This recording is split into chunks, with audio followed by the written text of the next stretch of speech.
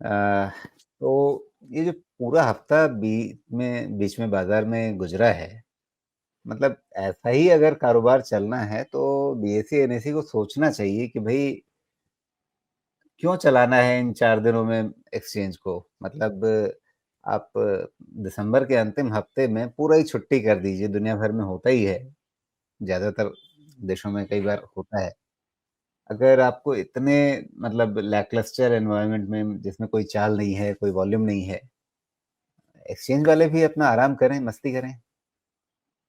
चलिए इसमें गलत नहीं है राजीव जी, और कम से कम 1 जनवरी वाला तो बंद होना चाहिए, क्योंकि ये मुझे नहीं समझ में आता पूरे वर्ल्ड में एक हम काम करते रहते हैं 1 जनवरी को, बाकी मुझे पता नहीं लगता नहीं कोई भी मार्केट ओपन होता है। इनफैक्ट जब मैं डॉइचे में और नोमुरा में था, तो 1 जनवरी को एक ही मार्केट की क्लियरिंग के लिए जाना पड़ता था, वो है इंडिया मार्केट क्लियरिंग। बाकी पूरा विश्व जो है ना वो घूमता ही रहता है। ये भी कोई गलत नहीं है, लास्ट वीक को छुट्टी कर देना चाहिए, क्योंकि इससे आराम भी मिलेगा लोगों को। लेकिन कुछ ऐसी भी बातें हैं कि अब जैसे हमारे लोगों को, अगर हमारे जैसे लोगों को कल अगर स्टॉक मार्केट बंद हो तो थोड़ा रूटीन समझ में नहीं आता है कि कल करें क्या? सुबह उठ के करना क्या है। तो कभी-कभी ऐसी भी बात हो जाती है कि सुबह उठे और रास्ता नहीं मिलता है। लेकिन ठीक है, 1 तो अब जनवरी समझ वाली में आ जो गया। सी अब समझ में आ पॉलिसी गया, मतलब जो एक पहेली थी कि भाई एक्सचेंज वाले क्यों छुट्टी नहीं कर रहे हैं, तो समझ में आ गया। वो सोमेश जी व्यस्त रहें, थोड़ा उनका मन लगा रहे, इसके लिए वो अपना एक्सचेंज बंद नहीं करते हैं। हाँ, ये ऐसा 2 दशक से ज़्यादा हो गए इस रूटीन को फ़ॉलो करते हुए, इसलिए कब ये खून में समा चुका है। जी। तो फिर अब क्या नया है जिस पर हम आज बात करें? क्योंकि आपके पास मतलब इस हफ्ते भर में इंडेक्स के लेवल बदले नहीं हैं, और साथ में अगर हम देखें तो मतलब इंटरनेशनली कोई ऐसी बीच में खबर नहीं आई है। बस एक ही चीज़ हुई है थोड़ी-सी कि डॉलर और ज़्यादा मजबूत होता हुआ दिखा है। बीच में रुपए ने थोड़ी और कमज़ोरी दिखाई है, लेकिन वो सब जो पहले से चल रहा है ट्रेंड है उसके हिसाब से ही है। तो आप बताइए, नया क्या हुआ है जिस पर आज बात करेंगे आप? नया तो कुछ हुआ नहीं है, नया का इंतज़ार है, और डेटा भी सब के सब ऐसे पोज़ीशन्ड हैं कि यहाँ से किसी भी तरह का व्यू लेना ठीक है, तो मेरे दर्शकों मेरे को एक हिसाब अच्छी से खुशखबरी दे देते हैं फिर। आज आपसे शेयरों पर ही ज़्यादा बात कर लेंगे फिर। कर सकते हैं, क्योंकि वो डेटा ऐसा है कि मैं कहूँगा थोड़ी-सी शांति ही रखें। समझने की बात ऐसी है कि जो इंटरमीडिएट ट्रेंड है वो अभी भी डाउन दिख रहा है। क्योंकि इतने दिनों के बाद 4 दिनों का 5 दिनों का स्ट्रगल हो चुका है और निफ्टी 200 ईएमए के नीचे स्ट्रगल कर रही है। निकली नहीं अभी तक। लेकिन अब ये भी बात करें और साथ में हाँ, ये भी लेकिन वो बात करें कि त्रिशंकु जैसा मामला है, मतलब ना छोड़ रहे हैं, ना उससे ऊपर वापस संभल रहे हैं, हाँ, ना छोड़ रहे हैं। लेकिन उसके पीछे एक जो योगदान है वो इसी छुट्टी वाले हफ्ते का है, मतलब छुट्टी जो छुट्टी नहीं है। हाँ, इसमें मैं और कन्फ्यूज़न ऐड करता हूँ ना अभी। देखिए जितना ईयर एंड का प्रॉफिट बुकिंग वाला था बुकिंग हो गई। अब लास्ट 2 दिन एट लीस्ट प्रॉफिट बुकिंग नहीं होगी, रादर वैल्यूएशन को एक प्रॉपर जगह पे रखा जाए, ईयर एंड हो अच्छे वैल्यूएशन पे, वो मामला चलता है। तो ईयर एंड में 30-31 को बहुत सेलिंग नहीं आनी चाहिए। अब एक तो डेटा कह रहा है कि भाई 200 ईएमए के नीचे हो, लेकिन 30-31 का मामला ये कहता है कि ज़्यादा सेलिंग नहीं आनी चाहिए। फिर अब उसके जस्ट बाद आप जनवरी में एंटर कर जाइए। तो जनवरी में क्या होगा? जनवरी में पहले हफ्ते में सारे एफआईज़ आना शुरू होंगे और नए कैलेंडर ईयर का एलोकेशन शुरू होगा। अब वो एलोकेशन होगा तो एलोकेशन बेचने का तो नहीं होगा ना। एलोकेशन अगर कुछ होगा तो कहीं न कहीं कुछ न कुछ खरीदने का होगा।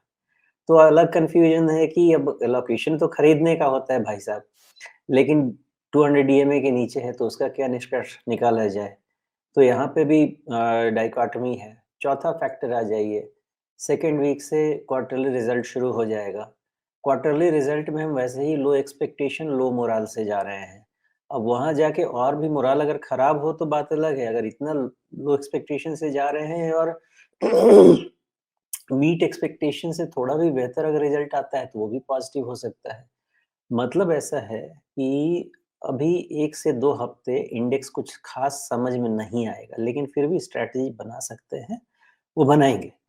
इंडेक्स समझ में नहीं आएगा लेकिन फिर भी स्ट्रैटेजी बनाएँगे। स्टॉक स्पेसिफिक एक्यूमुलेशन करते रहिएगा बिकॉज़ ओवरऑल देखा जाए तो ये जो हमारा पूरा का पूरा 2024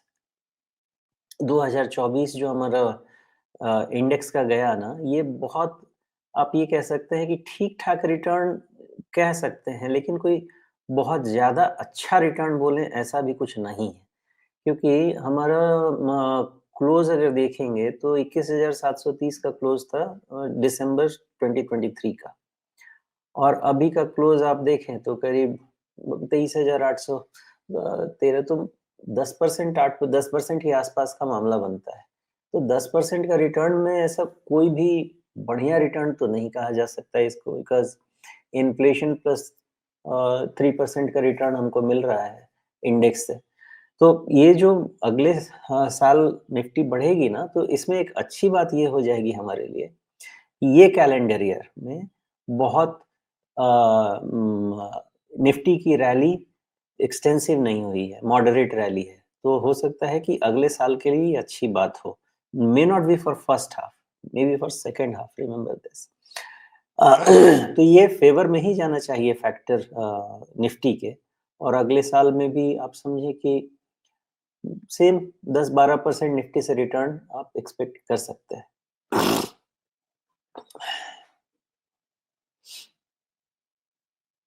ओके, तो 10-12% के रिटर्न की एक्सपेक्टेशन के साथ इस बाजार में चलना होगा, ये सोमेश जी 2025 के लिए कह रहे हैं।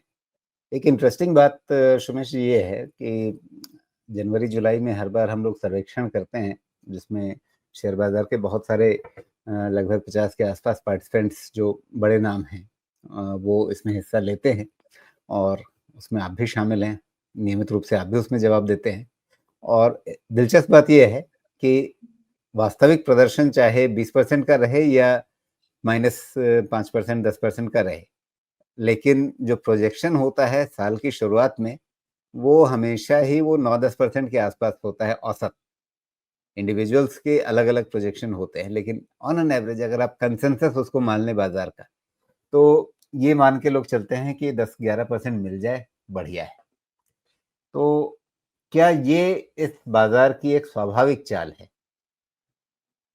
देखिए ऐसा क्यों होता है बताता हूँ राजू। देखिए जो सर्वे में हिस्सा लेते हैं ना, उसमें फंडामेंटल वाले भी रहेंगे, टेक्निकल वाले भी रहेंगे और मिक्स्ड वाले भी रहेंगे जो कुछ मेरे तरह रहेंगे।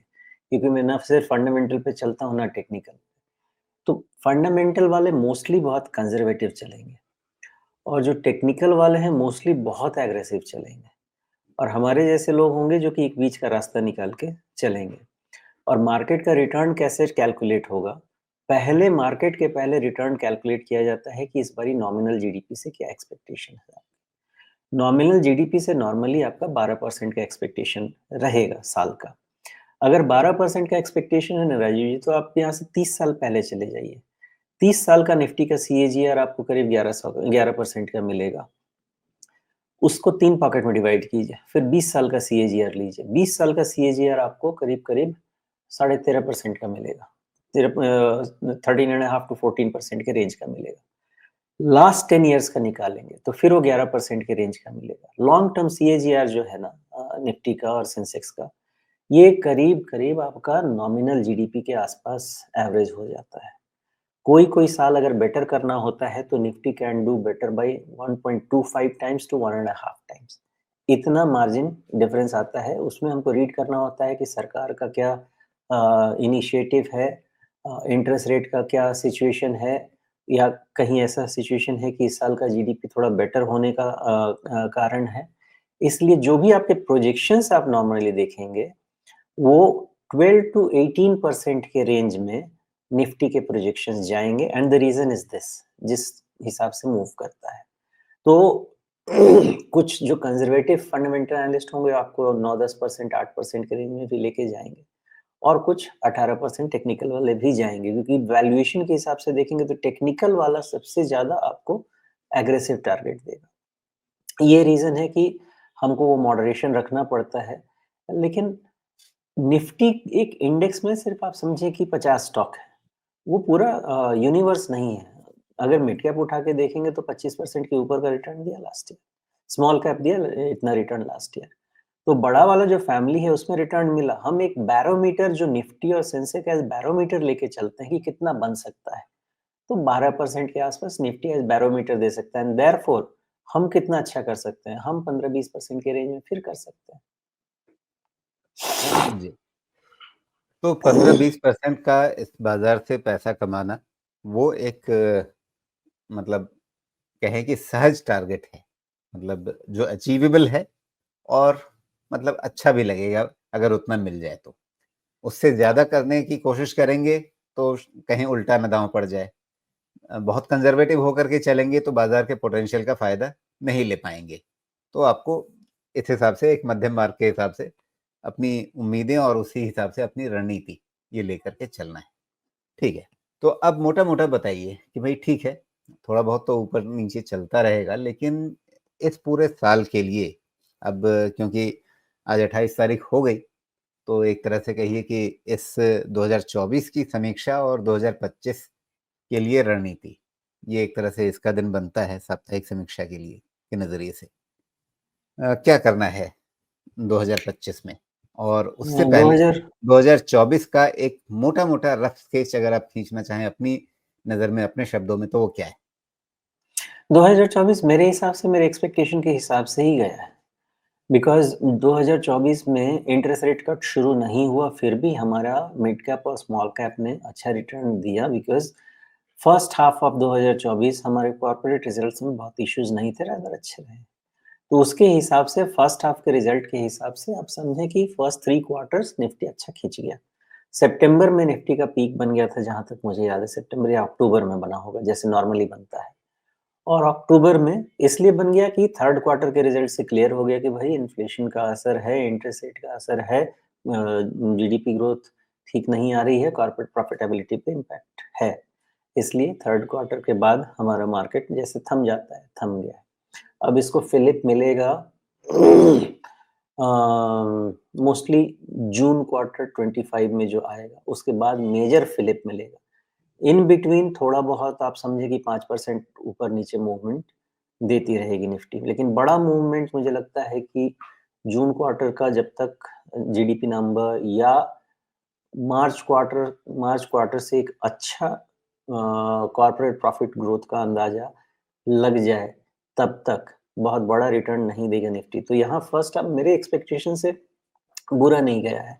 मैं बार-बार ये चीज़ कह रहा था अगर इस चीज़ को कहीं टेप रिवाइंड करके सुना जा सके तो निफ्टी 28,000 तक भी जा सकती है इस फाइनेंशियल ईयर में, लेकिन वो 24 में नहीं आना चाहिए।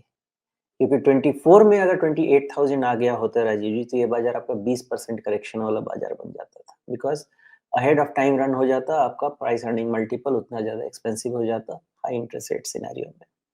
हमारा बाज़ार में रिस्क नहीं है उतना ज़्यादा। हमारा बाज़ार में अभी के हिसाब से आप समझिए वही 22,000 वाला जो हमारा निफ्टी का है लेवल, उतना ही रिस्क मुझे लगता है, उससे ज़्यादा नहीं लगता है।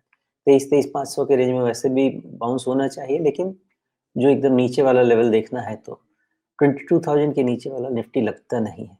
और अगला फाइनेंशियल होना चाहिए अच्छा, ठीक-ठाक अच्छा ही होना चाहिए। तो इस साल का जी। मेरा टोटल असेसमेंट ये है कि एज़ पर एक्सपेक्टेशन है, रिटर्न ठीक बन गया है, रिटर्न में कोई खराबी नहीं।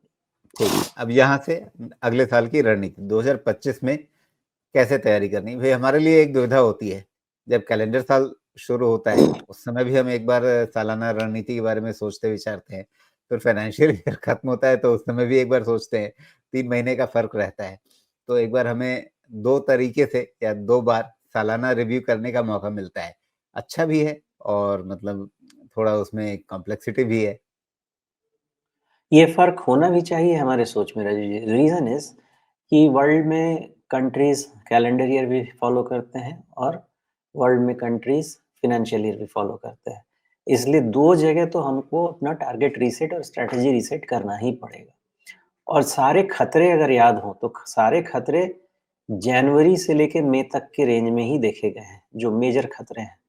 और आप देखें कैलेंडर ईयर के बाद जनवरी आता है और फाइनेंशियल ईयर के बाद अप्रैल में आता है। इसलिए ये 2 जगह स्ट्रैटेजी रीसेट होना ज़रूरी होता है और यहाँ से कुछ ना कुछ कंपनी की स्ट्रैटेजीज़ भी और कंट्री की स्ट्रैटेजीज़ भी समझ में आती हैं। तो यहाँ से होना चाहिए।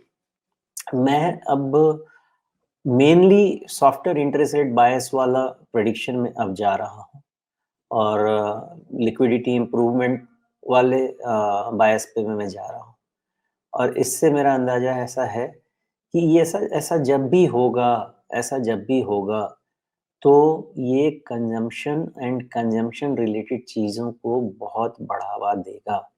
लेकिन कंज़म्पशन पहले हायर स्ट्राटा में आता है, फिर लोअर स्ट्राटा में पेनिट्रेट करता है।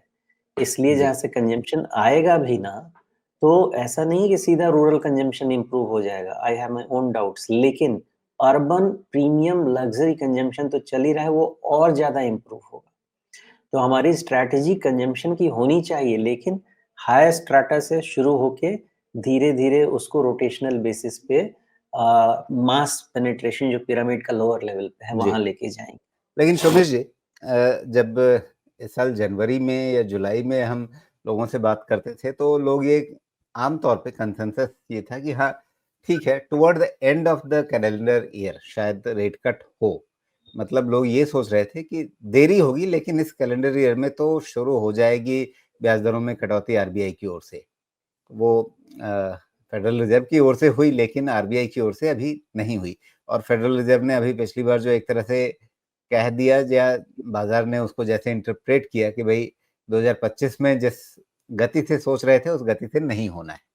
तो कहीं ऐसा ना हो कि आरबीआई के लिए मतलब रेट कट होगा, होगा, होगा मतलब हमारे सामने वो दुविधा रहेगी कि भई अ, अगर आपको ग्रोथ सँभलती हुई नज़र आ गई तो? या महँगाई दर जिस तरह की उम्मीद है कि हाँ, अब शायद आगे काबू में आ जाए, अगर वो नहीं हो पाया तो?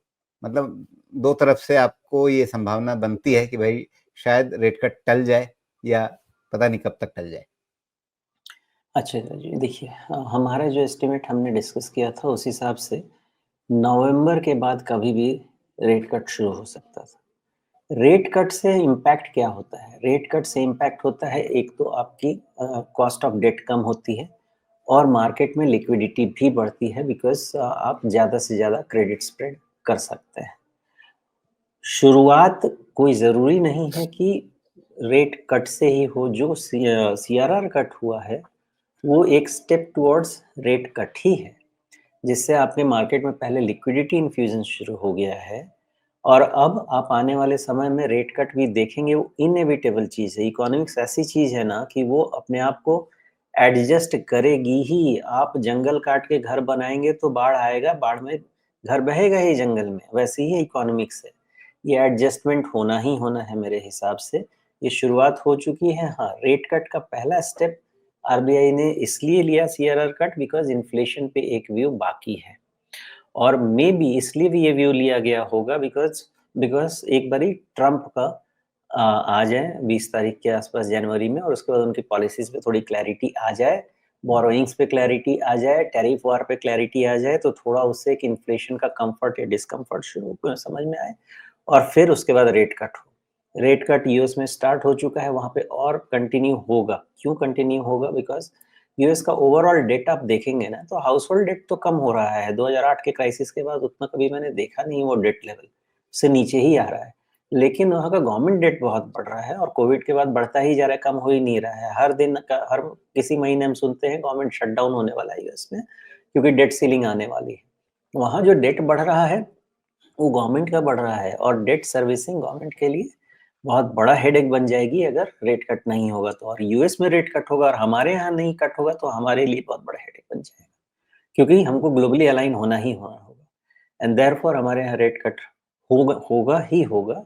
शुरुआत in terms of liquidity easing infusion शुरू हो चुका है। जी। मतलब ये है कि जो अ, मान के चल रहे हैं हम या बाज़ार आप जो मान रहे हैं या जो पूरा बाज़ार मान रहा है, उसमें मतलब ब्याज दरों की कटौती हो ही नहीं, ये रिस्क थोड़ा कम रहेगा।